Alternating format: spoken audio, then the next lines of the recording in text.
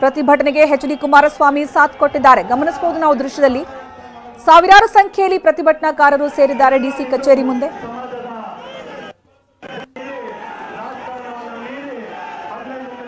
ಗಮನಿಸ್ತಾ ಇದ್ದೀವಿ ಎಚ್.ಡಿ. ಕುಮಾರಸ್ವಾಮಿ ಅವರು ಕೇಸರಿ ಶಾಲನ್ನ ಹಾಕಿ ಈ ಪ್ರತಿಭಟನೆಯಲ್ಲಿ ಭಾಗವಹಿಸಿರುವಂತಹ ದೃಶ್ಯ.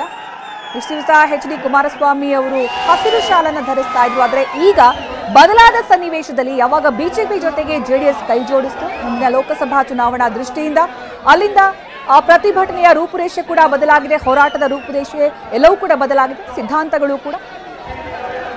ಸಂದರ್ಭ ಎಚ್.ಡಿ. ಕುಮಾರಸ್ವಾಮಿ ಅವರು ಪ್ರತಿಭಟನೆಯ ಸಂದರ್ಭ ಮಾತನಾಡ್ತಾ ಇದ್ದಾರೆ. ಅಲ್ಲಿ ಅಷ್ಟು ಜನರನ್ನ ಉದ್ದೇಶಿಸಿ ಡಿಸಿ ಕಚೇರಿಯ ಮುಂಭಾಗ ಕಂಡು ಬರ್ತಾ ಇರುವಂತಹ ದೃಶ್ಯ ಇದು. ಮಂಡ್ಯದ ಡಿಸಿ ಕಚೇರಿ ತಲುಪಿದ್ದಾರೆ ಪ್ರತಿಭಟನಾಕಾರರು. ಮಾಜಿ ಮುಖ್ಯಮಂತ್ರಿ ಜೆಡಿಎಸ್ನ ಎಚ್.ಡಿ. ಕುಮಾರಸ್ವಾಮಿ ಅವರು ಪ್ರತಿಭಟನಾಕಾರರನ್ನ ಉದ್ದೇಶಿಸಿ ಮಾತನಾಡೋದಕ್ಕೆ ಮುಂದಾಗ್ತಾ ಇದ್ದಾರೆ. Ranganath Purohit floor mill business ನಲ್ಲಿ ಒಂದು ಮಷೀನ್ ಇಂದ 8 ಲಕ್ಷ ಗಳಿಸ್ತಿದ್ದಾರೆ. ನೀವು ಕೂಡ ಅವರಿಂದ ಕಲಿಬೇಕಾ? ಅವ್ರ ಜೊತೆ ವಿಡಿಯೋ ಕಾಲ್ ನಲ್ಲಿ ಮಾತಾಡಬೇಕಾ? ಈಗಲೇ ಫ್ರೀಡಮ್ ಆಪ್ ಡೌನ್ಲೋಡ್ ಮಾಡಿ. ಡಿಸಿ ಕಚೇರಿ ಬಳಿದಂತಹ ಫ್ಲೆಕ್ಸ್ ಅನ್ನ ಹರಿದು ಹಾಕಿ ಆಕ್ರೋಶ ವ್ಯಕ್ತವಾಯಿತು. ಇದೀಗ ನಾಯಕರು ಮಾತನಾಡ್ತಾ ಇದ್ದಾರೆ.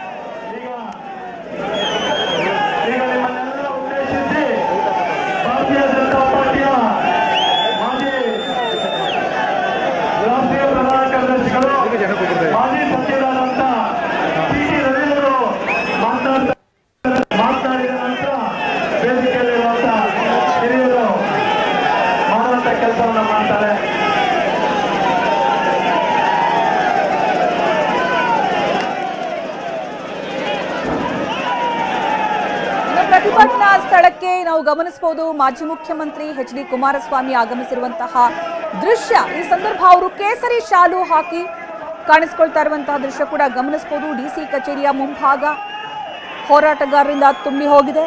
ಪ್ರತಿಭಟನಾಕಾರರು ಫ್ಲೆಕ್ಸ್ಗಳನ್ನ ತೆರವುಗೊಳಿಸಿ ಅಂತ ಹಠ ಹಿಡಿತಾ ಇದ್ದಾರೆ. ಈ ಸಂದರ್ಭ ಒಂದಷ್ಟು ಮಾತಿನ ಚಕಮಕಿ, ಜೈ ಶ್ರೀರಾಮ್ ಅನ್ನುವಂತಹ ಘೋಷಣೆ, ಕಲ್ಲು ತೂರಾಟ, ಬ್ಯಾರಿಕೇಡ್ಗಳನ್ನ ಕಿತ್ತಾಕಿ ಪ್ರತಿಭಟನಾಕಾರರು ನುಗ್ಗುವಂತಹ ಪ್ರಯತ್ನ ಕೂಡ ಮಾಡ್ತಾ ಇದ್ದಾರೆ. ಹೆಚ್ಚಿನ ಸಂಖ್ಯೆಯಲ್ಲಿ ಕಾರ್ಯಕರ್ತರು ಜಮಾಯಿಸಿದ್ದಾರೆ ಡಿಸಿ ಕಚೇರಿಯ ಮುಂಭಾಗ. ಬಿಜೆಪಿ ಕಾರ್ಯಕರ್ತರು, ಜೆಡಿಎಸ್ ಕಾರ್ಯಕರ್ತರು, ಹಿಂದೂ ಪರ ಸಂಘಟನೆಗಳ ಕಾರ್ಯಕರ್ತರು ಎಲ್ಲಿ ನೋಡಿದ್ರೂ ಕೂಡ ಕೇಸರಿಮಯವಾಗಿ ಕಂಡು ಬರ್ತಾ ಇದೆ. ಇನ್ನು ವಿಶೇಷವಾಗಿ ಗಮನ ಸೆಳೆದಿದ್ದು ಮಾಜಿ ಮುಖ್ಯಮಂತ್ರಿ ಎಚ್.ಡಿ.ಕೆ ಅವರ ಕೇಸರಿ ಶಾಲು.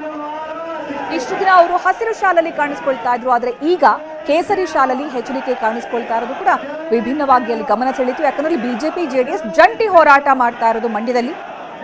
ಲೋಕಸಭಾ ಚುನಾವಣಾ ಮೈತ್ರಿ ಏನಿದೆ ಆ ಮೈತ್ರಿ ಈಗ ಈ ಪ್ರತಿಭಟನೆಯಲ್ಲೂ ಕೂಡ ಪ್ರತಿಫಲಿಸ್ತಾ ಇದೆ. ನಾವು ಗಮನಿಸ್ತಾ ಇದ್ವಿ ಧ್ವಜ ದಂಗಲ್ ಪ್ರತಿಭಟನೆಯಲ್ಲಿ ಎಚ್.ಡಿ.ಕೆ ಭಾಗಿಯಾಗಿರುವಂತಹ ದೃಶ್ಯ. ಇನ್ನು ಶಾಸಕರ ವಿರುದ್ಧ ಆಕ್ರೋಶ ವ್ಯಕ್ತವಾಗ್ತಾ ಇದೆ. ಶಾಸಕರನ್ನ ಸರ್ಕಾರ ರಕ್ಷಿಸುವಂತಹ ಕೆಲಸ ಮಾಡ್ತಾ ಇದೆ. ಶಾಸಕರು ಹೇಳಿದಂತೆ ಸರ್ಕಾರ ಕೇಳ್ತಾ ಇದೆ. ಇದಕ್ಕೆ ನಮ್ಮ ವಿರೋಧವಿದೆ ಅಂತ ನಿನ್ನೆಷ್ಟೇ ಗ್ರಾಮಸ್ಥರು ಕೂಡ ಹೇಳಿದ್ರು. ಇವತ್ತು ಕೂಡ ಹೋರಾಟಗಾರರು ಹೇಳ್ತಾ ಇದ್ದಂತಹ ಮಾತು ಅದೇ ಆಗಿತ್ತು.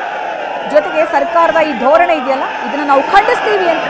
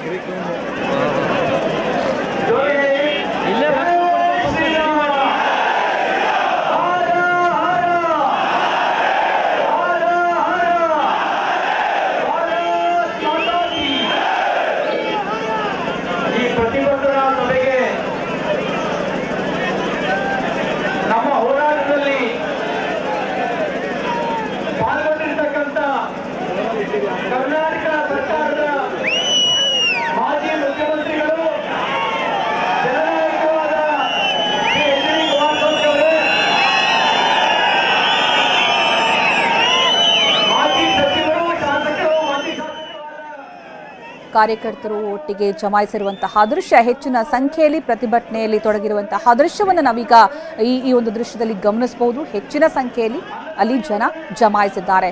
ಆರಂಭದಲ್ಲಿ ತಡರಾತ್ರಿ ಹನುಮ ಧ್ವಜವನ್ನ ತೆರವುಗೊಳಿಸುವ ವಿಚಾರಕ್ಕೆ ಸಂಬಂಧಪಟ್ಟಂತೆ ಶುರುವಾದಂತಹ ಪ್ರತಿಭಟನೆ, ಧರಣಿ, ಆಕ್ರೋಶ ಇವತ್ತು ಈ ಮಟ್ಟಿಗೆ ಬಂದಿದೆ.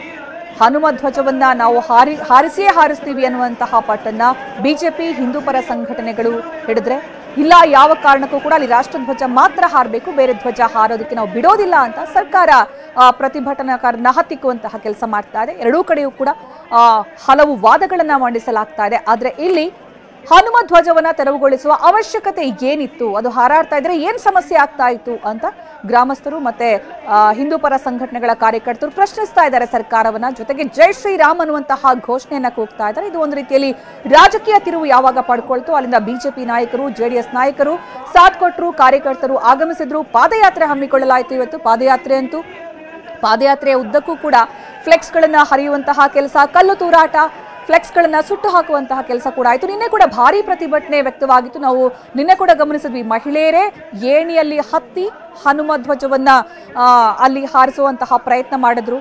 ಶ್ರೀರಾಮನ ಫ್ಲೆಕ್ಸ್ ಅನ್ನು ಅಳವಡಿಸೋದಕ್ಕೆ ಮಹಿಳೆಯರೇ ಮುಂದಾದ್ರು. ಮಕ್ಕಳು, ಮಹಿಳೆಯರು, ವೃದ್ಧರು ಕೂಡ ಈ ಪ್ರತಿಭಟನೆಯಲ್ಲಿ ಭಾಗಿಯಾಗಿದ್ರು ನಿನ್ನೆ. ಅದಾದ ನಂತರ ಲಾಠಿ ಚಾರ್ಜ್ ನಡೀತು. ಲಾಠಿ ಚಾರ್ಜ್ ಅಲ್ಲಿ ಯಾರು ಪ್ರತಿಭಟನೆ ಮಾಡ್ತಾ ಇದ್ರು ಕೆಲವರಿಗೆ ಗಾಯ ಕೂಡ ಆಯಿತು. ಇವತ್ತು ಕೂಡ ಅದೇ ರೀತಿಯ ಪರಿಸ್ಥಿತಿ ಮುಂದುವರಿಯಿತು. ಇವತ್ತು ಕೂಡ ಫ್ಲೆಕ್ಸ್ ಗಳನ್ನ ತೆರವುಗೊಳಿಸುವಂತಹ ಸಂದರ್ಭದಲ್ಲಿ ಪೊಲೀಸರು ಪ್ರತಿಭಟನಾಕಾರರನ್ನ ತಡೆಯೋದಕ್ಕೆ ಮುಂದಾದ್ರು. ಆಗ ಒಂದಷ್ಟು ಚಕಮಕಿ ನಡೀತು. ಆ ಚಕಮಕಿಯಲ್ಲಿ ಕೆಲವರಿಗೆ ಗಾಯವಾಯಿತು. ಲಾಠಿ ಚಾರ್ಜ್ ನಡೀತು. ಹಣೆಗೆ, ಕಣ್ಣಿಗೆ ಗಾಯವಾಯಿತು ಕಾರ್ಯಕರ್ತರಿಗೆ. ಅದಾದ ನಂತರ ಬಿಗಿ ಬಂದೋಬಸ್ತನ್ನ ಕೈಗೊಳ್ಳಲಾಯಿತು ಡಿಸಿ ಕಚೇರಿ ಸುತ್ತಮುತ್ತ. ಇನ್ನು ಹನುಮ ಧ್ವಜಕ್ಕಾಗಿ ಜೆಡಿಎಸ್ ಮತ್ತೆ ಬಿಜೆಪಿಯ ಜಂಟಿ ಹೋರಾಟವನ್ನ ಈ ಒಂದು ಪ್ರತಿಭಟನೆಯಲ್ಲಿ ಗಮನಿಸಬಹುದು. ಕೇಸರಿ ಶಾಲನ್ನ ಹಾಕೊಂಡು ಬಿಜೆಪಿಯವರು, ಹಿಂದೂ ಪರ ಸಂಘಟನೆಯವರ ಜೊತೆಗೆ ಜೆಡಿಎಸ್ ಕಾರ್ಯಕರ್ತರು, ಜೊತೆಗೆ ಎಚ್ಡಿಕೆ ಕೂಡ ಕೇಸರಿ ಶಾಲಲ್ಲಿ ಕಾಣಿಸಿಕೊಂಡಿದ್ದು ವಿಶೇಷವಾಗಿತ್ತು.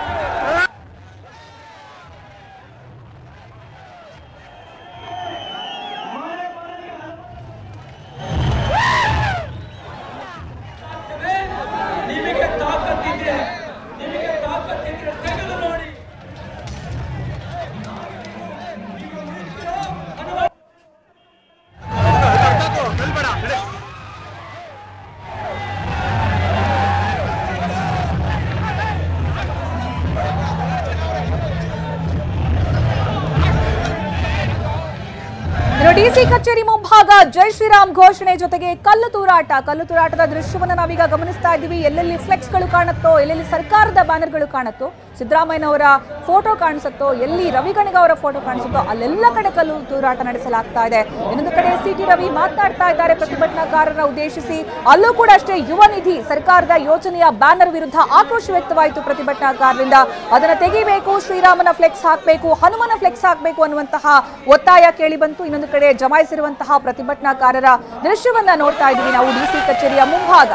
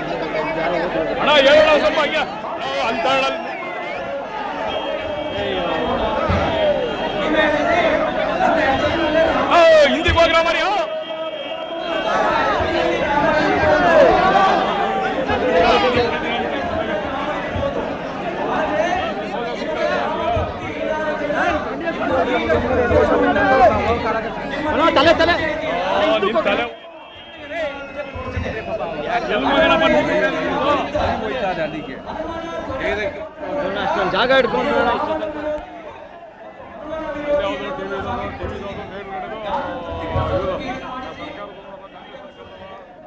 ನೀವು ಗಮನಿಸ್ತಾ ಇದ್ದೀವಿ ಯಾವ ಮಟ್ಟಿಗೆ ಕಾರ್ಯಕರ್ತರ ಜಮಾವಣೆ ಆಗಿದೆ ಅಂತಂದ್ರೆ ನೂಕುನುಗ್ಗಲು ಉಂಟಾಗ್ತಾ ಇದೆ. ಆ ಮಟ್ಟಿಗೆ ಡಿಸಿ ಕಚೇರಿ ಮುಂದೆ ಕಾರ್ಯಕರ್ತರು ಜಮಾಯಿಸಿರುವಂತಹ ದೃಶ್ಯ, ಕೇಸರಿ ಧ್ವಜ ಕಾಣಿಸ್ತಾ ಇದೆ. ಭಗವಾ ಧ್ವಜವನ್ನ ಹಿಡಿದು ಅಲ್ಲಿ ಪ್ರತಿಭಟನೆಯನ್ನ ತೀವ್ರಗೊಳಿಸಲಾಗ್ತಾ ಇದೆ. ಈ ಸೇರಿರುವಂತಹ ಪ್ರತಿಭಟನಾಕಾರರನ್ನ ಉದ್ದೇಶಿಸಿ ಸಿಟಿ ರವಿ ಮಾತನಾಡ್ತಾ ಇದ್ದಾರೆ ಜಿಲ್ಲಾಧಿಕಾರಿ ಕಚೇರಿಯ ಮುಂಭಾಗ.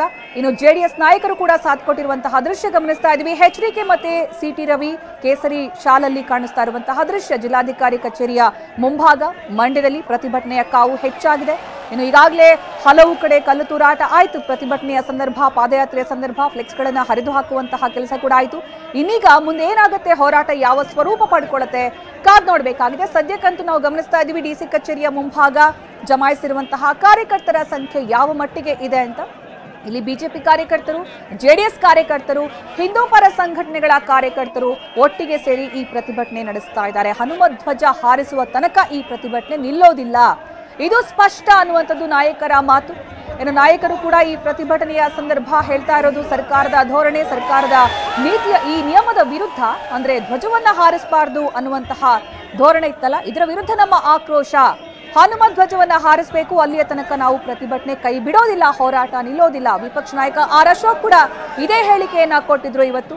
ಇನ್ನು ಇಲ್ಲ, ಇಲ್ಲಿ ರಾಷ್ಟ್ರಧ್ವಜ ಹಾರಿಸಬೇಕು, ಸರ್ಕಾರಿ ಜಾಗ ರಾಷ್ಟ್ರಧ್ವಜ ಮಾತ್ರ ಹಾರಿಸಬೇಕು, ಹನುಮ ಧ್ವಜ ಹಾರಿಸುವಂತಿಲ್ಲ ಅನ್ನೋದು ಸರ್ಕಾರದ ವಾದ. ಆದ್ರೆ ಅದೇ ರೀತಿಯ ನಿಯಮವನ್ನು ನೀವು ಅಳವಡಿಸೋದೇ ಆದ್ರೆ ಹಲವು ವಿಚಾರಗಳಿವೆ ಅಂತ ಹೇಳ್ತಾ ಇಲ್ಲಿ ಬಿಜೆಪಿ ನಾಯಕರು ಇನ್ನಷ್ಟು ವಿಚಾರಗಳನ್ನ ಸರ್ಕಾರದ ವಿರುದ್ಧ ಪ್ರಸ್ತಾಪಿಸಿದ್ರು. ಹಾಗಾದ್ರೆ ಎಲ್ಲಾ ಕಡೆ ಕೂಡ ಒಂದೇ ನಿಯಮವನ್ನ ಅಳವಡಿಸಿ ಕೆಲವು ಕಡೆ ಬೇರೆ ಬಣ್ಣದ ಧ್ವಜಗಳು ಹಾರ್ತಾ ಇವೆ, ಯಾಕೆ ಅದರ ಬಗ್ಗೆ ನೀವು ಪ್ರಶ್ನೆ ಮಾಡ್ತಾ ಇಲ್ಲ? ಹನುಮ ಧ್ವಜವನ್ನ ತೆರವುಗೊಳಿಸುವಂತಹ ಆತುರ ಯಾಕೆ ನಿಮ್ಗೆ? ಇದು ಬಿಜೆಪಿ ನಾಯಕರ ಪ್ರಶ್ನೆ. ಅಷ್ಟೇ ಅಲ್ಲ, ಹನುಮ ಧ್ವಜವನ್ನ ಅಲ್ಲೇ ಇರಿಸಿ ಇಳಿಸಬೇಡಿ ಅನ್ನುವಂತಹ ಒತ್ತಾಯವನ್ನ ಗ್ರಾಮಸ್ಥರು ಮಾಡಿದ್ರು ಕೂಡ ಅದಕ್ಕೆ ಪೊಲೀಸರು ಒಪ್ಪಿಲ್ಲ, ಜಿಲ್ಲಾಡಳಿತ ಒಪ್ಪಿಲ್ಲ. ಅಧಿಕಾರಿಗಳು ತಡರಾತ್ರಿ ಬಂದು ಧ್ವಜವನ್ನ ಇಳಿಸುವಂತಹ ಕ್ರಮಕ್ಕೆ ಯಾವಾಗ ಮುಂದಾದ್ರು ಅಲ್ಲಿನ ಸ್ಥಳೀಯರಿಂದ ತೀವ್ರ ಆಕ್ರೋಶ ವ್ಯಕ್ತವಾಯಿತು. ಅಲ್ಲೇ ಧರಣಿ ಪ್ರತಿಭಟನೆ ತಡರಾತ್ರಿಯೇ ಆರಂಭ ಆಯಿತು. ಅದೀಗ ರಾಜಕೀಯ ಸ್ವರೂಪ ಪಡ್ಕೊಂಡ ಮೇಲೆ ಪ್ರತಿಭಟನೆಯ ಕಾವು ಇನ್ನಷ್ಟು ಹೆಚ್ಚಾಗಿದೆ.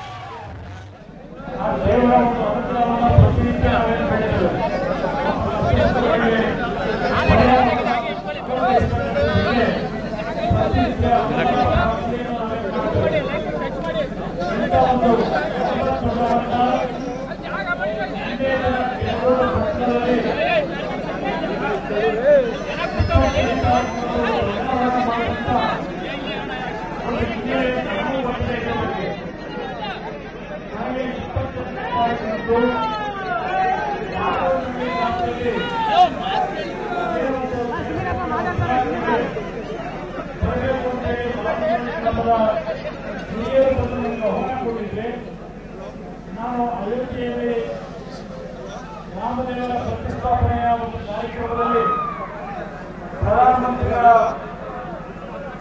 ದೇಶದಲ್ಲಿ ಸುಮಾರು 200 ವರ್ಷಗಳಿಂದ ನಿರಂತರ ಹೋರಾಟ ಮಾಡತಕ್ಕ ಲಕ್ಷಾಂತರ ಜನಸೇವಕರ ಒಂದು ಬಲಿದಾನದಿಂದ ಅವರ ಶ್ರಮದಿಂದ